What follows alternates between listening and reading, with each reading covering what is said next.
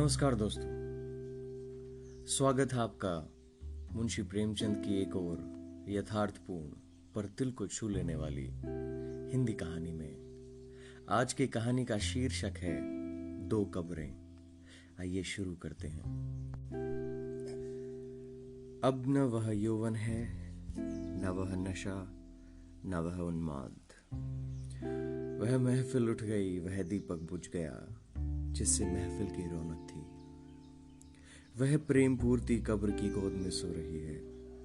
हाँ, उसके प्रेम की छाप अब भी हृदय पर है और उसकी अमर स्मृति आंखों के सामने। वीरांगनाओं में ऐसी वफा, ऐसा प्रेम, ऐसा व्रत दुर्लभ है और रईसों में ऐसा विवाह, ऐसा समर्पण, ऐसी भक्ति और भी दुर्लभ। कुंवर रणवीर सिंह रोज बिला नागा संध्या समय जुहरा की कब्र के दर्शन करने जाते, उसे फूलों से सजाते, आंसुओं से सींचते। 15 साल गुजर गए थे, एक दिन भी नागा नहीं हुआ। प्रेम की उपासना ही उनके जीवन का उद्देश्य था। उस प्रेम का जिसमें उन्होंने जो कुछ देखा वही पाया और जो कुछ अनुभव किया उसी की याद अब भी उन्हें मस्त कर देती है। इस उपासना में सुलोचना भी उनके साथ होती, जो जुहरा का प्रसाद और कुंवर साहब की सारी अभिलाषाओं का केंद्र था। कुंवर साहब ने 2 शादियां की थी, पर दोनों स्त्रियों में से एक भी संतान का मुंह न देख सकी। कुंवर साहब ने फिर विवाह न किया। एक दिन एक महफिल में उन्हें जुहरा के दर्शन हुए। उस निराश पति और अतृप्त युवती में ऐसा मेल, मानो चिरकाल से बिछड़े हुए 2 साथी फिर मिल गए हों। जीवन का बसंत विकास, संगीत और सौरभ से भर गया, मगर अफसोस 5 वर्षों के अल्पकाल में उसका भी अंत हो गया। वह मधुर स्वप्न निराशा से भरी हुई जागृति में लीन हो गया। वह सेवा और व्रत की देवी 3 साल की सुलोचना को उनकी गोद में सौंपकर सदा के लिए सिधार गई। कुंवर साहब ने इस प्रेमादेश का इतने अनुराग से पालन किया कि देखने वालों को आश्चर्य होता था। कितने ही तो उन्हें पागल समझते थे। सुलोचना ही की नींद सोते, उसी की नींद जागते, खुद पढ़ाते, उसके साथ सैर करते, इतनी एकाग्रता के साथ जैसे कोई विधवा अपने अनाथ बच्चे को पाले। जब से वह यूनिवर्सिटी में दाखिल हुई, उसे खुद मोटर में पहुंचा आते और शाम को खुद जाकर ले आते। वह उसके माथे पर से वह कलंक धो डालना चाहते थे जो मानो विधाता ने क्रूर हाथों से लगा दिया था। धन तो उसे ना धो सका, शायद विद्या धो डाले।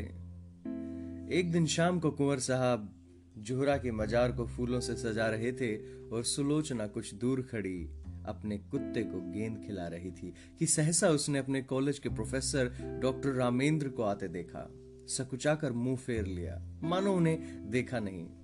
शंका हुई कहीं रामेंद्र इस मजार के विषय में कुछ पूछ ना बैठे। यूनिवर्सिटी में दाखिल हुए उसे 1 साल हुआ था। इस 1 साल में उसने प्रणय के विविध रूपों को देख लिया था। कहीं क्रीड़ा थी, कहीं विनोद था, कहीं कुत्सा थी, कहीं लालसा थी, कहीं उच्छृंखला थी, किंतु कहीं वह सहृदयता न थी जो प्रेम का मूल है। केवल रामेंद्र ही एक ऐसे सज्जन थे जिन्हें अपनी ओर ताकते देखकर उसके हृदय में सनसनी होने लगती थी। पर उनकी आंखों में कितनी विवशता, कितनी पराजय, कितनी वेदना छिपी होती थी। रामेंद्र ने कुंवर साहब की ओर देखकर कहा, तुम्हारे बाबा इस कब्र पर क्या कर रहे हैं? सुलोचना का चेहरा कानों तक लाल हो गया। बोली, यह इनकी पुरानी आदत है। रामेंद्र, किसी महात्मा की समाधि है? सुलोचना ने इस सवाल को उड़ा देना चाहा। रामेंद्र यह तो जानते थे कि सुलोचना कुंवर साहब की दाश्ता औरत की लड़की है, पर उन्हें यह न मालूम था कि यह उसी की कब्र है और कुंवर साहब अतीत प्रेम के इतने उपासक हैं। मगर यह प्रश्न उन्होंने बहुत धीमे स्वर में ना किया था। कुंवर साहब जूते पहन रहे थे। यह प्रश्न उनके कानों में पड़ गया। जल्दी से जूता पहन लिया और समीप जाकर बोले, संसार की आंखों में तो वह महात्मा न थी, पर मेरी आंखों में थी और है। यह मेरे प्रेम की समाधि है। सुलोचना की इच्छा होती थी यहां से भाग जाऊं, लेकिन कुंवर साहब को जुहरा के यशोगान में आत्मिक आनंद मिलता था। रामेंद्र का विस्मय देखकर बोले, इसमें वह देवी सो रही है जिसने मेरे जीवन को स्वर्ग बना दिया था। यह सुलोचना उसी का प्रसाद है। रामेंद्र ने कब्र की तरफ देखकर आश्चर्य से कहा, अच्छा। कुंवर साहब ने मन में उस प्रेम का आनंद उठाते हुए कहा, वह जीवन ही और था प्रोफेसर साहब। ऐसी तपस्या मैंने और कहीं नहीं देखी। आपको फुर्सत हो तो मेरे साथ चलिए, आपको उन यौवन स्मृतियों। सुलोचना बोल उठी, वे सुनाने की चीज नहीं है दादा। कुंवर साहब बोले, मैं रामेंद्र बाबू को गैर नहीं समझता। रामेंद्र को प्रेम का यह अलौकिक रूप मनोविज्ञान का एक रत्न सा मालूम हुआ। वह कुंवर साहब के साथ ही उनके घर आए और कई घंटे तक उन हसरत में डूबी हुई प्रेम स्मृतियों को सुनते रहे। जो वरदान मांगने के लिए उन्होंने साल भर से साहस ना होता था, दुविधा में पड़कर रह जाते थे, वह आज उन्होंने मांग लिया। लेकिन विवाह के बाद रामेंद्र को नया अनुभव हुआ। महिलाओं का आना जाना प्रायः बंद हो गया। उसके साथ ही मर्द दोस्तों की आमदरफ्त बढ़ गई। दिन भर उनका तांता लगा रहता था। सुलोचना उनके आदर सत्कार में लगी रहती थी। पहले 1-2 महीने तक तो रामेंद्र ने इधर ध्यान नहीं दिया, लेकिन जब कई महीने गुजर गए और स्त्रियों ने बहिष्कार का त्याग न किया, तो उन्होंने एक दिन सुलोचना से कहा, यह लोग आजकल अकेले ही आते हैं। सुलोचना ने धीरे से कहा, हाँ देखती तो हूं रामेंद्र, इनकी औरतें तो तुमसे परहेज नहीं करती। सुलोचना, शायद करती हूं रामेंद्र, मगर वे लोग तो विचारों के बड़े स्वाधीन हैं, इनकी औरतें भी शिक्षित हैं, फिर यह क्या बात है। सुलोचना ने दबी जबान से कहा, मेरी समझ में कुछ नहीं आता। रामेंद्र ने कुछ देर असमंजस में पढ़कर कहा, हम लोग किसी दूसरी जगह चले जाएं तो क्या हर्ज है, वहां तो कोई हमें जानता ना होगा। सुलोचना ने अब की तीव्र स्वर में कहा, दूसरी जगह क्यों जाएं? हमने किसी का कुछ बिगाड़ा नहीं, किसी से कुछ मांगते नहीं। जिसे आना हो आए, ना आना हो ना आए, मुंह क्यों छिपाएं। धीरे धीरे रामेंद्र पर एक और रहस्य खुलने लगा, जो महिलाओं के व्यवहार से कहीं अधिक घृणास्पद और अपमानजनक था। रामेंद्र को अब मालूम होने लगा कि ये महाशय जो आते हैं और घंटों बैठे सामाजिक और राजनीतिक प्रश्नों पर बहसें किया करते हैं, वास्तव में विचार विनिमय के लिए नहीं, बल्कि रूप की उपासना के लिए आते हैं। उनकी आंखें सुलोचना को खोजती रहती हैं, उनके कान उसी की बातों की ओर लगे रहते हैं। उसकी रूप माधुरी का आनंद उठाना ही उनका अभीष्ट है। यहां उन्हें वह संकोच नहीं होता जो किसी भले आदमी की बहू बेटी की ओर आंखें नहीं उठने देता। शायद वे सोचते हैं यहां उन्हें कोई रोक टोक नहीं है। कभी कभी जब रामेंद्र की अनुपस्थिति में कोई महाशय आ जाते, तो सुलोचना को बड़ी कठिन परीक्षा का सामना करना पड़ता।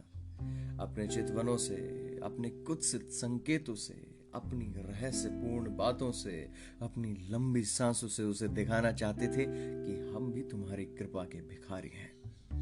अगर रामेंद्र का तुम पर 16वां आने अधिकार है, तो थोड़ी सी दक्षिण के अधिकारी हम भी हैं। सुलोचना उस वक्त जहर का घूंट पीकर रह जाती। अब तक रामेंद्र और सुलोचना दोनों क्लब जाया करते थे। वहां उदार सज्जनों का अच्छा जमघट रहता था। जब तक रामेंद्र को किसी की ओर संदेह ना था, वह उसे आग्रह करके अपने साथ ले जाते थे। सुलोचना के पहुंचते ही यहाँ एक स्फूर्ति सी उत्पन्न हो जाती थी। जिस मेज पर सुलोचना बैठती, उसे लोग घेर लेते थे। कभी कभी सुलोचना गाती थी। उस वक्त सब के सब उन्मत्त हो जाते। क्लब में महिलाओं की संख्या अधिक न थी, मुश्किल से 5-6 लेडियां आती थी, मगर वे भी सुलोचना से दूर दूर रहती थी। बल्कि अपनी भाव भंगिमाओं और कटाक्षों से वे उसे जता देना चाहती थी कि तुम पुरुषों का दिल खुश करो, हम कुल वधुओं के पास तुम नहीं आ सकती।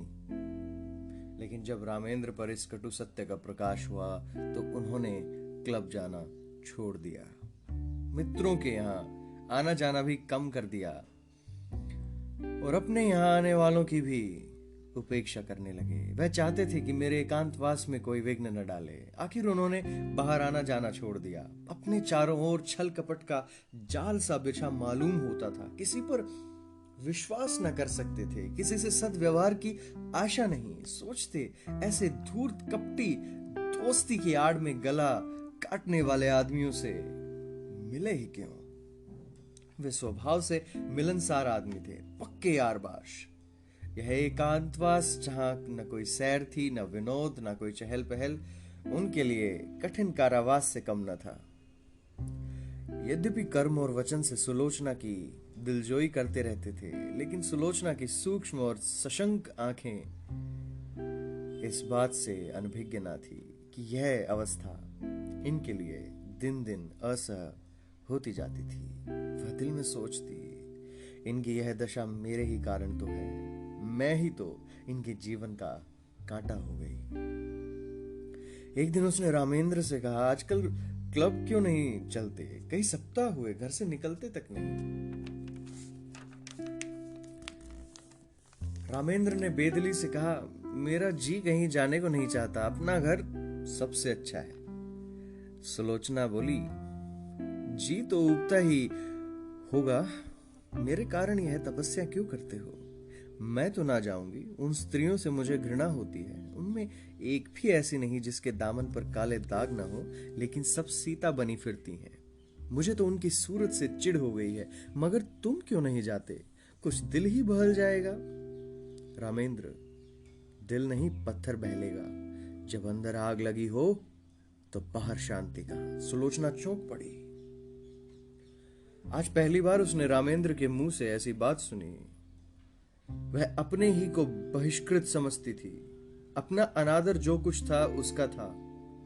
रामेंद्र के लिए तो अब भी सब दरवाजे खुले हुए थे। वह जहां चाहे वहां जा सकते थे, जिनसे चाहे मिल सकते थे। उनके लिए कौन सी रुकावट है? लेकिन नहीं, अगर उन्होंने किसी कुलीन स्त्री से विवाह किया होता तो उनकी यह दशा क्यों होती? प्रतिष्ठित घरानों की औरतें आती, आपस में मैत्री बढ़ती, जीवन सुख से कटता, रेशम का पैबंद लग जाता। अब तो उसमें टाट का पैबंद लग गया। मैंने आकर सारे तालाब को गंदा कर दिया। उसके मुख पर उदासी छा गई। रामेंद्र को भी तुरंत मालूम हो गया था कि उसकी जुबान से एक ऐसी बात निकल गई है जिसके दो अर्थ हो सकते हैं। उन्होंने फौरन बनाई, क्या तुम समझती हो कि हम और तुम अलग अलग हैं? हमारा और तुम्हारा जीवन एक है। जहां तुम्हारा आदर नहीं वहां मैं कैसे जा सकता हूं? फिर मुझे भी समाज के इन रंगे सियारों से घृणा हो रही है। मैं इन सबों के कच्चे चिट्ठे जानता हूं। पद या उपाधि या धन से किसी की आत्मा शुद्धि नहीं हो जाती। जो ये लोग करते हैं वह अगर कोई नीच दर्जे का आदमी करता है, उसे कहीं मुंह दिखाने की हिम्मत ना होती। मगर यह लोग अपनी सारी बुराइयां उदारतावाद के पर्दे में छिपाते हैं। इन लोगों से दूर रहना ही अच्छा है।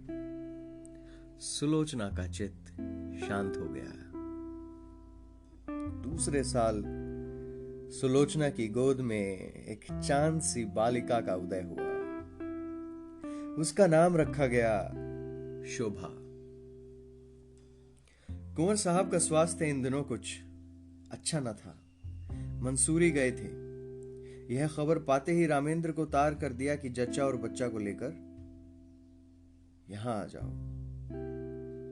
लेकिन रामेंद्र इस अवसर पर न जाना चाहते थे। अपने मित्रों की सजनता और उदारता की अंतिम परीक्षा लेने का इससे अच्छा और कौन सा अवसर हो सकता था। सलाह हुई एक शानदार दावत दी जाए। प्रोग्राम में संगीत भी शामिल था। कई अच्छे अच्छे गवैये बुलाए गए। अंग्रेजी, हिंदुस्तानी, मुसलमानी सभी प्रकार के भोजनों का प्रबंध किया गया। कुंवर साहब गिरते पड़ते मंसूरी से आए। उसी दिन दावत थी। नियत समय पर निमंत्रित लोग एक एक करके आने लगे। कुंवर साहब स्वयं उनका स्वागत कर रहे थे। खां साहब आए, मिर्जा साहब आए, मीर साहब आए, मगर पंडित जी और बाबूजी और लाला साहब और चौधरी साहब और कक्कड़, मेहरा और चोपड़ा कौल और हुक्कू, श्रीवास्तव और खरे किसी का पता न था। यह सभी लोग होटलों में सब कुछ खाते थे, अंडे और शराब उड़ाते थे। इस विषय में किसी तरह का विवेक या विचार न करते थे। फिर आज क्यों तशरीफ नहीं लाए?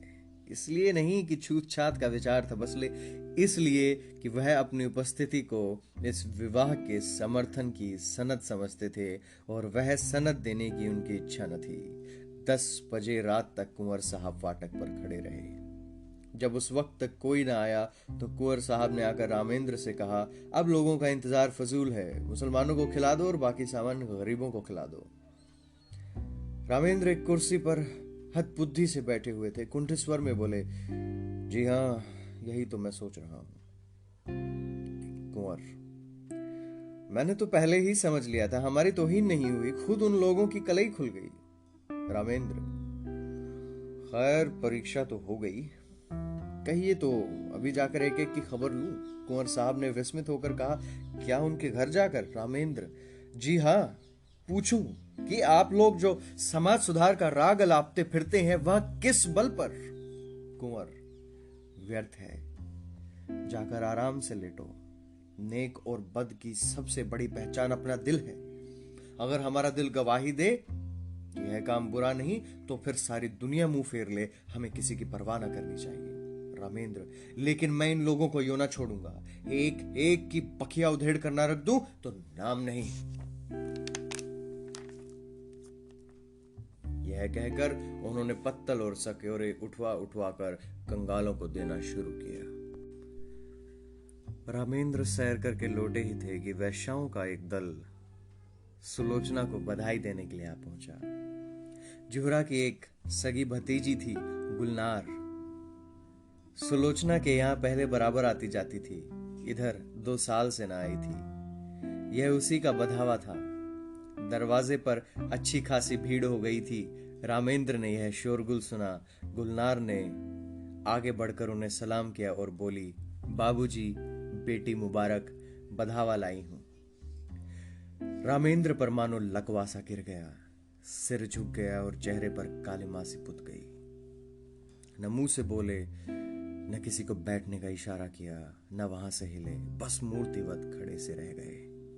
एक बाजारी औरत से नाता पैदा करने का ख्याल इतना लज्जास्पद था, इतना जघन्य था कि उसके सामने सज्जनता भी मौन रह गई। इतना शिष्टाचार भी ना कर सके कि सबों को कमरे में ले जाकर बिठा तो देते। आज पहली ही पार उन्हें अपने अधः पतन का अनुभव हुआ। मित्रों के कुटिलता और महिलाओं की उपेक्षा को वह उनका अन्याय समझते थे, अपना अपमान नहीं। लेकिन यह बधावा उनकी अबाध उदारता के लिए भी भारी था। सुलोचना का जिस वातावरण में पालन पोषण हुआ था वह एक प्रतिष्ठित हिंदू कुल का वातावरण था। यह सच है कि अब भी सुलोचना नित्य जुहरा की मजार पर परिक्रमा करने जाती थी, मगर जुहरा अब एक पवित्र स्मृति थी, दुनिया की मलिनताओं और कलुषताओं से रहित। गुलनार से नातेदारी और परस्पर का निभा दूसरी बात थी। जो लोग तस्वीरों के सामने सिर झुकाते हैं, उन पर फूल चढ़ाते हैं, वे भी तो मूर्ति पूजा की निंदा करते हैं। एक स्पष्ट है, दूसरा सांकेतिक, एक प्रत्यक्ष है, दूसरा आंखों से छिपा हुआ। सुलोचना अपने कमरे में चिक की आड़ में खड़ी रामेंद्र का असमंजस और क्षोभ देख रही थी। जिस समाज को उसने अपना उपास्य बनाना चाहा था, जिसके द्वार पर सिजदे करते उसे बरसों हो गए थे, उसकी तरफ से निराश होकर उसका हृदय इस समय विद्रोह करने पर तुला हुआ था। उसके जी में आता था, गुलनार को बुलाकर गले लगा लूं। जो लोग मेरी बात भी नहीं पूछते, उनकी खुशामद क्यों करूं? ये बेचारियां इतनी दूर से आई हैं, मुझे अपना ही समझ कर दो। इनके दिल में तो प्रेम है, यह मेरे दुख सुख में शरीक होने को तैयार तो है। आखिर रामेंद्र ने सिर उठाया और शुष्क मुस्कान के साथ गुलनार से बोले, आइए आप लोग अंदर चली जाइए। यह कहकर वह आगे आगे रास्ता दिखाते हुए दीवान खाने की ओर चले कि सहसा मेहरी निकली और गुलनार के हाथ में एक पुर्जा देकर चली गई। गुलनार ने वह पुर्जा लेकर देखा और उसे रामेंद्र के हाथ में देकर वहीं खड़ी हो गई। रामेंद्र ने पुर्जा देखा, लिखा था, बहन गुलनार, तुम यहाँ नाहक आई। हम लोग यूं ही बदनाम हो रहे हैं, अब और बदनाम मत करो, बधावा वापस ले जाओ। कभी मिलने का जी चाहे रात को आना और अकेली। मेरा जी तुमसे गले लगकर लिपट कर रोने के लिए तड़प रहा है, मगर मजबूर हूं। रामेंद्र ने पुर्जा फाड़ कर फेंक दिया और उद्दंड होकर बोले, इन्हें लिखने दो, मैं किसी से नहीं डरता, अंदर आओ। गुलनार ने एक कदम पीछे फिर कर कहा, नहीं बाबूजी, अब हमें आज्ञा दीजिए। रामेंद्र, 1 मिनट तो बैठो। गुलनार, जी नहीं, 1 सेकंड भी नहीं। गुलनार के चले जाने के बाद रामेंद्र अपने कमरे में जा बैठे। जैसी पराजय उन्हें आज हुई वैसी पहले कभी नहीं हुई। वह आत्म अभिमान, वह सच्चा क्रोध जो अन्याय के ज्ञान से पैदा होता है, लुप्त हो गया था। उसकी जगह लज्जा थी और ग्लानि। इसे बधावे की क्यों सूझ गई? यूं तो कभी आती जाती न थी, आज न जाने कहां से फट पड़ी। कुंवर साहब होंगे इतने उदार, उन्होंने जुहरा के नातेदारों से भाईचारे का निबाह किया होगा। मैं इतना उदार नहीं हूं। कहीं सुलोचना छिपकर इनके पास आती जाती तो नहीं है? लिखा भी तो है कि मिलने का जी चाहे तो रात को आना और अकेली। क्यों ना हो, खून तो वही है, मनोवृत्ति वही, विचार वही, आदर्श वही। माना कुंवर साहब के घर में पालन पोषण हुआ, मगर रक्त का प्रभाव इतनी जल्दी नहीं मिट सकता। अच्छा, दोनों बहनें मिलती होंगी तो उनमें क्या बातें होती होंगी? इतिहास या नीति की चर्चा तो हो नहीं सकती। वही निर्लज्जता की बातें होती होंगी। गुलनार अपना वृत्तांत कहती होगी, उस बाजार के खरीदारों और दुकानदारों के गुण दोषों पर बहस होती होगी। यह तो हो ही नहीं सकता कि गुलनार इसके पास आते ही अपने को भूल जाए और कोई भद्दी, अनर्गल और कलुषित बातें ना करे। एक क्षण में उनके विचारों ने पलटा खाया, मगर आदमी बिना किसी से मिले जुले रह भी तो नहीं सकता। यह भी तो एक तरह की भूख है। भूख में अगर शुद्ध भोजन ना मिले तो आदमी झूठा खाने से भी परहेज नहीं करता। अगर इन लोगों ने सुलोचना को अपनाया होता, उसका यूं बहिष्कार ना करते, तो उसे क्यों ऐसे प्राणियों से मिलने की इच्छा होती? उसका कोई दोष नहीं, यह सारा दोष परिस्थितियों का है जो हमारे अतीत की याद दिलाता रहता है। रामेंद्र इन्हीं विचारों में पड़े हुए थे कि कुंवर साहब आ पहुंचे और कटुर स्वर में बोले, मैंने सुना गुलनार अभी बधावा लाई थी, तुमने उसे लौटा दिया। रामेंद्र का विरोध सजीव हो उठा, बोले, मैंने तो नहीं लौटाया, सुलोचना ने लौटाया। पर मेरे ख्याल में अच्छा किया। कुंवर, तो यह कहो तुम्हारा इशारा था। तुमने इन पतितों को अपनी ओर खींचने का कितना अच्छा अवसर हाथ से खो दिया है। सुलोचना को देखकर जो कुछ असर पड़ा वह तुमने मिटा दिया। बहुत संभव था कि एक प्रतिष्ठित आदमी से नाता रखने का अभिमान उनके दिल में एक नए युग का आरंभ करता, मगर तुमने इन बातों पर जरा भी ध्यान न दिया। रामेंद्र ने कोई जवाब न दिया। कुंवर साहब जरा उत्तेजित होकर बोले, आप लोग यह क्यों भूल जाते हैं कि हर एक बुराई मजबूरी से होती है। चोर इसलिए चोरी नहीं करता कि चोरी में उसे विशेष आनंद आता है, बल्कि केवल इसलिए कि जरूरत उसे मजबूर कर देती है। हाँ, वह जरूरत वास्तविक है या काल्पनिक, इसमें मतभेद हो सकता है। स्त्री के मैके जाते समय कोई गहना बनवाना एक आदमी के लिए जरूरी हो सकता है, दूसरे के लिए बिल्कुल गैर जरूरी। शुदा से व्यथित होकर एक आदमी अपना ईमान खो सकता है, दूसरा मर जाएगा पर किसी के सामने हाथ ना फैलाएगा। पर प्रकृति का नियम आप जैसे विद्वानों को न भूलना चाहिए कि जीवन लालसा प्राणी मात्र में व्यापक है। जिंदा रहने के लिए आदमी सब कुछ कर सकता है। जिंदा रहना जितना ही कठिन होगा, बुराइयां भी उसी मात्रा में बढ़ेंगी। जितना ही आसान होगा, उतनी ही बुराइयां कम होगी। हमारा यह पहला सिद्धांत होना चाहिए कि जिंदा रहना हर एक के लिए सुलभ हो। रामेंद्र बाबू, आपने इस वक्त इन लोगों के साथ वही व्यवहार किया जो दूसरे आपके साथ कर रहे हैं और जिससे आप बहुत दुखी हैं। रामेंद्र ने इस लंबे व्याख्यान को इस तरह सुना जैसे कोई पागल बक रहा हो। इस तरह की दलीलों का वह खुद कितनी ही बार समर्थन कर चुके थे, पर दलीलों से व्यथित अंग की पीड़ा नहीं शांत होती। पतित स्त्रियों का नातेदार की हैसियत से द्वार पर आना इतना अपमानजनक था कि रामेंद्र किसी दलील से पराभूत होकर उसे भूल न सकते थे। बोले, मैं ऐसे प्राणियों से कोई संबंध नहीं रखता, यह विष मैं अपने घर में नहीं फैलाना चाहता। सहसा सुलोचना भी कमरे में आ गई। प्रसव काल का असर अभी बाकी था, पर उत्तेजना ने चेहरे को आरक्त कर रखा था। रामेंद्र सुलोचना को देखकर तेज हो गए। वह उसे जता देना चाहते थे कि इस विषय में मैं एक रेखा तक जा सकता हूं, उसके आगे किसी तरह नहीं जा सकता। बोले, मैं यह कभी पसंद न करूंगा कि कोई बाजारी औरत किसी भेष में मेरे घर आए। रात को अकेले या सूरत बदल कर आने से इस बुराई का असर नहीं मिट सकता। मैं समाज के दंड से नहीं डरता, इस नैतिक विष से डरता हूं। सुलोचना अपने विचार में मर्यादा रक्षा के लिए काफी आत्मसमर्पण कर चुकी थी। उसकी आत्मा ने अभी तक उसे क्षमा न किया था। तीव्र स्वर में बोली, क्या तुम चाहते हो मैं इस कैद में अकेले जान दे दूं? कोई तो हो जिससे आदमी हंसे। बोले, रामेंद्र ने गर्म होकर कहा, हंसने बोलने का इतना शौक था तो मेरे साथ विवाह न करना चाहिए था। विवाह का बंधन बड़ी हद तक त्याग का बंधन है। जब तक संसार में इस विधान का राज्य है और स्त्री कुल मर्यादा की रक्षक समझी जाती है, उस वक्त तक कोई मर्द यह स्वीकार न करेगा कि उसकी पत्नी बुरे आचरण के प्राणियों से किसी प्रकार का संसर्ग रखे।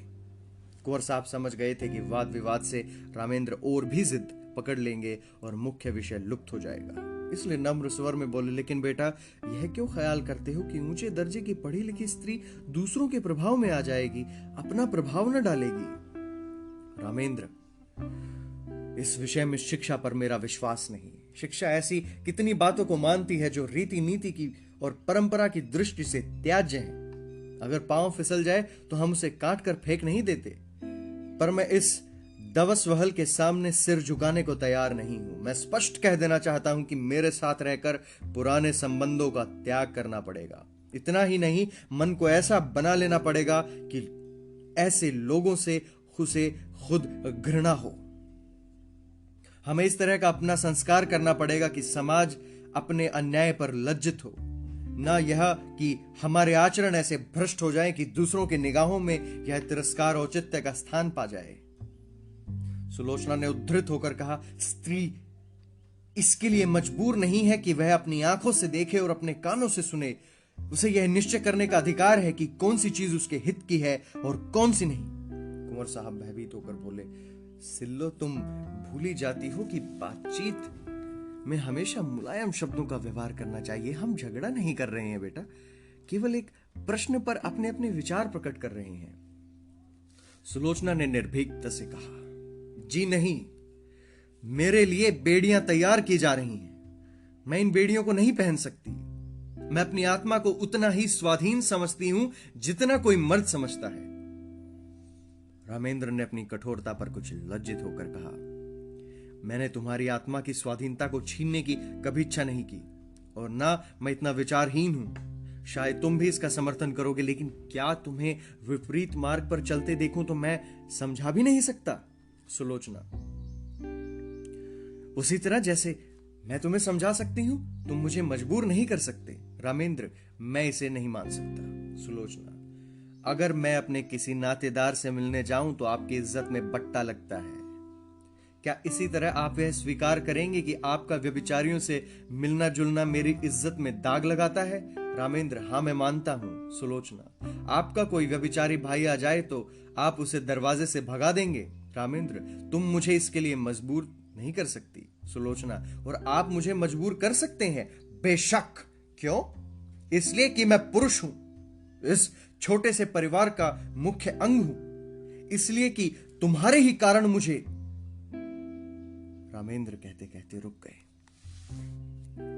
पर सुलोचना उनके मुंह से निकलने वाले शब्दों को ताड़ गई। उसका चेहरा तमतमा उठा, मानो छाती में बरछी सी लग गई। मन में ऐसा द्वेग उठा कि इसी क्षण घर छोड़कर सारी दुनिया से नाता तोड़कर चली जाऊं और फिर इन्हें कभी मुंह ना दिखाऊं। अगर इसी का नाम विवाह है कि किसी की मर्जी की गुलाम होकर रहूं, अपमान सहन करूं, तो ऐसे विवाह को दूर से ही सलाम है।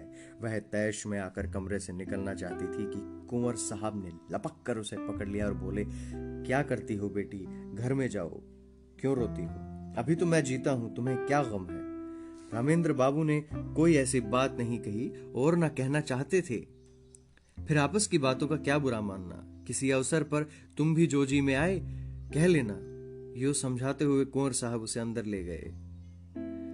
वास्तव में सुलोचना कभी गुलनार से मिलने की इच्छुक न थी। वह स्वयं उससे भागती थी।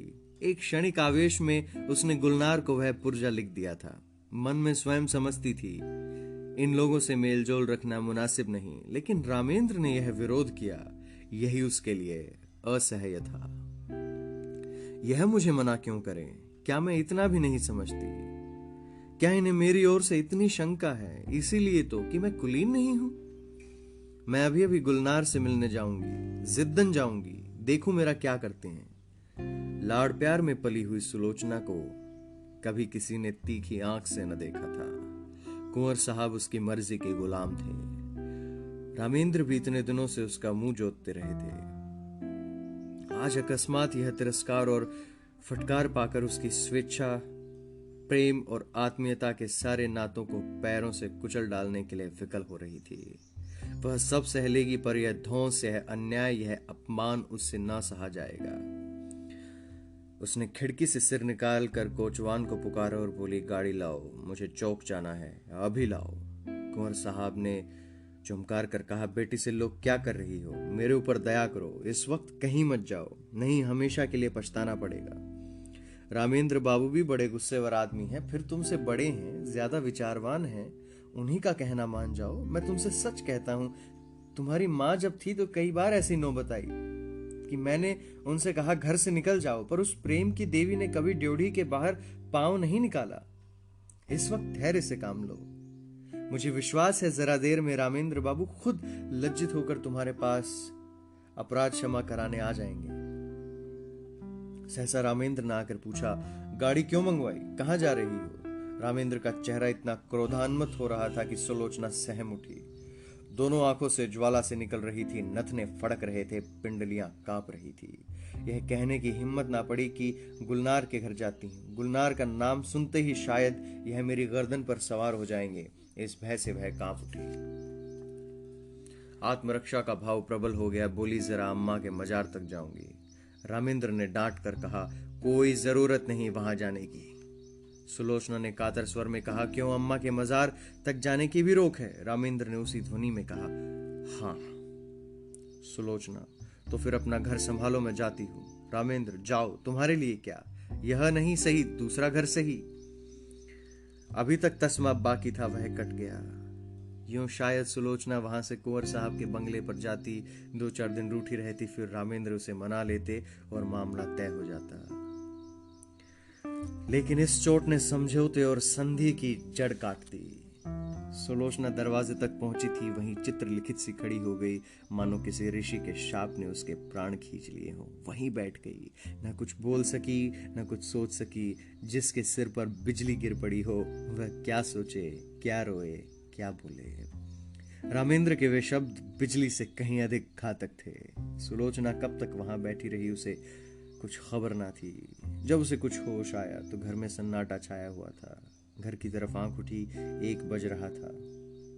सामने आराम कुर्सी पर कुंवर साहब नवजात शिशु को गोद में लिए सो गए थे। सुलोचना ने उठकर बरामदे में झांका। रामेंद्र अपने पलंग पर लेटे हुए थे। उसके जी में आया, इसी वक्त इन्हीं के सामने जाकर कालजे में छुरी मार लूं और इन्हीं के सामने तड़प तड़प कर मर जाऊं। वह घातक शब्द याद आ गए। इनके मुंह से ऐसे शब्द निकले क्यों कर? इतने चतुर, इतने उदार और इतने विचारशील होकर भी यह जुबान पर ऐसे शब्द क्यों कर ला सके? उसका सारा सतीत्व भारतीय आदर्शों की गोद में पली हुई भूमि पर आसक्त पड़ी हुई अपनी दीनता पर रो रहा था। वह सोच रही थी, अगर मेरे नाम पर यह दाग न होता, मैं भी कुलीन होती, तो क्या यह शब्द इनके मुंह से निकल सकते थे? लेकिन मैं बदनाम हूं, दलित हूं, त्याज्य हूं, मुझे सब कुछ कहा जा सकता है। उफ, इतना कठोर हृदय! क्या वह किसी दशा में भी रामेंद्र पर इतना कठोर प्रहार कर सकती थी? बरामदे में बिजली की रोशनी थी। रामेंद्र के मुख पर क्षोभ या ग्लानि का नाम भी ना था। क्रोध की कठोरता अब तक उसके मुंह को विकृत किए हुए थी। शायद इन आंखों में आंसू देखकर अब भी सुलोचना के आहत हृदय को तस्कीन होती, लेकिन वहां तो अभी तक तलवार खींची हुई थी। उसकी आंखों में सारा संसार सूना हो गया। सुलोचना फिर अपने कमरे में आई। कुंवर साहब की आंखें अभी भी बंद थी। इन चंद घंटों में ही उनका तेजस्वी मुख कांतिहीन हो गया था। गालों पर आंसुओं की रेखाएं सूख गई थी। सुलोचना अपने पैरों के पास बैठकर सच्ची भक्ति के आंसू बहाए। हाय, मुझ अभागिनी के लिए इन्होंने कौन कौन से कष्ट नहीं झेले, कौन कौन से अपमान नहीं सहे। सारा जीवन ही मुझ पर अपना अर्पण कर दिया, और उसका यह हृदय विदारक अंत। सुलोचना ने फिर बच्ची को देखा, मगर उसका गुलाब सा विकसित मुंह देखकर भी उसके हृदय में ममता की तरंग न उठी। उसने उसकी तरफ से मुंह फेर लिया। यही वह अपमान की मूर्तिमान वेदना है जो इतने दिनों तक मुझे भोगनी पड़ी। मैं इसके लिए क्यों अपने प्राण संकट में डालूं? अगर उसके निर्दयी पिता को उससे प्रेम है तो उसको पाले, और एक दिन वह भी उसी तरह रोए जिस तरह आज मेरे पिता को रोना पड़ रहा है। ईश्वर, अब की बार अगर जन्म देना तो किसी भले आदमी के घर जन्म देना। जहां मुहरा का मजार था उसी के बगल में दूसरा मजार बना हुआ है। जुहरा के मजार पर घास जमाई है, जगह जगह से चूना गिर गया है, लेकिन दूसरा मजार बहुत साफ सुथरा और सजा हुआ है। उसके चारों तरफ गमले रखे हुए हैं और मजार तक जाने के लिए गुलाब के बेलों की रविशें बनी हुई हैं। शाम हो गई है। सूर्य की क्षीण उदास पीली किरणें मानो उस मजार पर आंसू बहा रही हैं। एक आदमी एक 3-4 साल की बालिका को गोद में लिए हुए आया और उस मजार को अपने रुमाल से साफ करने लगा। रविशों में जो पत्तियां पड़ी थी उन्हें चुनकर साफ किया और मजार पर सुगंध छिड़कने लगा। बालिका दौड़ दौड़ कर तितलियों को पकड़ने लगी। यह सुलोचना का मजार है। उसकी आखिरी नसीहत थी कि मेरी लाश जलाई न जाए, मेरी मां की बगल में मुझे सुला दिया जाए। कुंवर साहब तो सुलोचना के बाद 6 महीने से ज्यादा न चल सके। हाँ, रामेंद्र अपने अन्याय का पश्चाताप कर रहे हैं। शोभा अब 3 साल की हो गई है और उसे विश्वास है कि एक दिन उसकी मां इसी मजार से निकलेगी। समाप्त।